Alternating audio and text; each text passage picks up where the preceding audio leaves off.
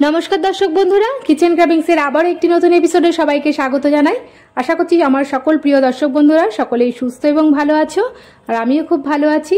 তাহলে চলো শুরু করা যাক আজকের রেসিপি। আজকে আমার রেসিপি হলো টক দই আর চিড়ে দিয়ে দারুণ স্বাদের একটা স্ন্যাক্স রেসিপি। এটা সন্ধ্যেবেলায় চায়ের সাথে দারুণ জমে যাবে। এটা সসের সাথে তোমরা তোমাদের ইচ্ছা মতন সসের সাথে তোমরা এটা সার্ভ করে নিতে পারো। তাহলে চলো দেখে নেওয়া যাক আজকের রেসিপি। আজকে আমি এর জন্য নিয়ে নিয়েছি 1 থেকে 150 গ্রাম মতন চিড়ে। চিড়েটাকে আমি ভালো করে ধুয়ে নিচ্ছি। জল পাল্টে পাল্টে 2 থেকে 3 বার আমি চিড়েটাকে ধুয়ে নেব, যাতে কোনো নোংরা না থাকে। যতক্ষণ একটা পরিষ্কার জল বেরোচ্ছে আমি এটাকে ভালো করে কষলে কষলে ধুয়ে নিচ্ছি। 2 বার ধুয়ে নিয়েছি, আরও একবার আমি ধুয়ে নিচ্ছি। এবার আমি এটাকে ঢাকনা দিয়ে 15 থেকে 20 মিনিট রেখে দেবো। ফিরে আসছি 15 মিনিট পর। দেখতেই পাচ্ছ চিড়েটা ফুলে গেছে আর সফট হয়ে গেছে। এবার আমি এর মধ্যে দিয়ে দিচ্ছি 4 চামচ টক দই, আর দিয়ে দেবো কুচো করে রাখা ধনেপাতা, আর দিয়ে দিচ্ছি 2টো লঙ্কা কুচো করে রেখেছিলাম সেটাও দিয়ে দিচ্ছি, আর দিয়ে দেবো 2 চা চামচ কর্নফ্লাওয়ার। তোমরা যদি কর্নফ্লাওয়ার না দাও তোমরা সুজিও দিতে পারো এর পরিবর্তে, আমি কর্নফ্লাওয়ারটা ব্যবহার করেছি। আর দিয়ে দিচ্ছি ড্রাই রোস্ট করা জিরের গুঁড়ো আর চিলি ফ্লেক্স আর অরিগানো। এবার দিয়ে দিচ্ছি আমি স্বাদ মতন লবণ, আর দিয়ে দিচ্ছি একটু গোটা জিরে। এটা মুখে পড়লে খুবই ভালো লাগে। এবার এটাকে আমি ভালো করে একটু মেখে নিচ্ছি, আর দিয়ে দেবো একটু বেকিং পাউডার এর মধ্যে।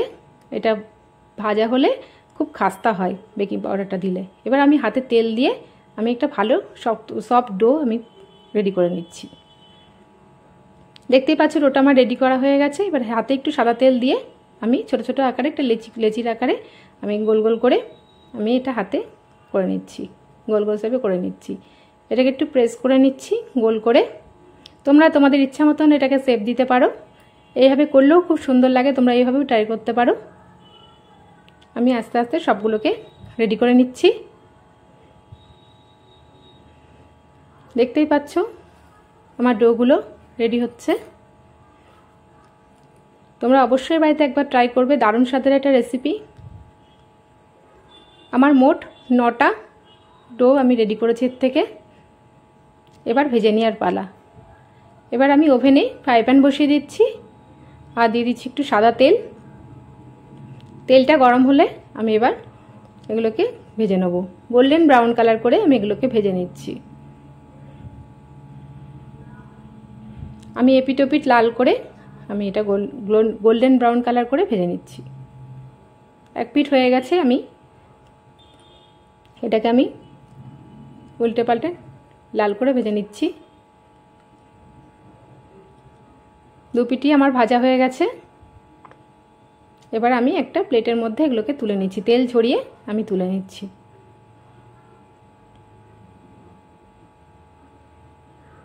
এগুলো আমার রেডি। আর 2টো আমার বাকি ছিল, 7টা আমি আগে ভেজেছিলাম আর 2টো বাকি ছিল। এই 2টোও আমি একইভাবে গোল্ডেন ব্রাউন কালার করে ভেজে নিচ্ছি। এটাও আমার ভাজা হয়ে গেছে। এবার আমি তেল ঝরিয়ে সবগুলো আমি তুলে নিয়েছি। আর 5টা লঙ্কা আমি একটু তেলের মধ্যে নেড়ে নিচ্ছি। এটা খুবই ভালো লাগে। তোমরা এইভাবে অবশ্যই বাড়িতে একবার ট্রাই করবে, দারুণ স্বাদের রেসিপি। কেমন লাগলো কমেন্টে জানাবে। আজকের মতন এইটুকুনি, আবারও আসবো নতুন নতুন রেসিপি নিয়ে। তোমরা অবশ্যই কিন্তু বাড়িতে একবার ট্রাই করবে। আজকের মতন এইটুকুনি, ভালো থাকবে, সুস্থ থাকবে। ধন্যবাদ।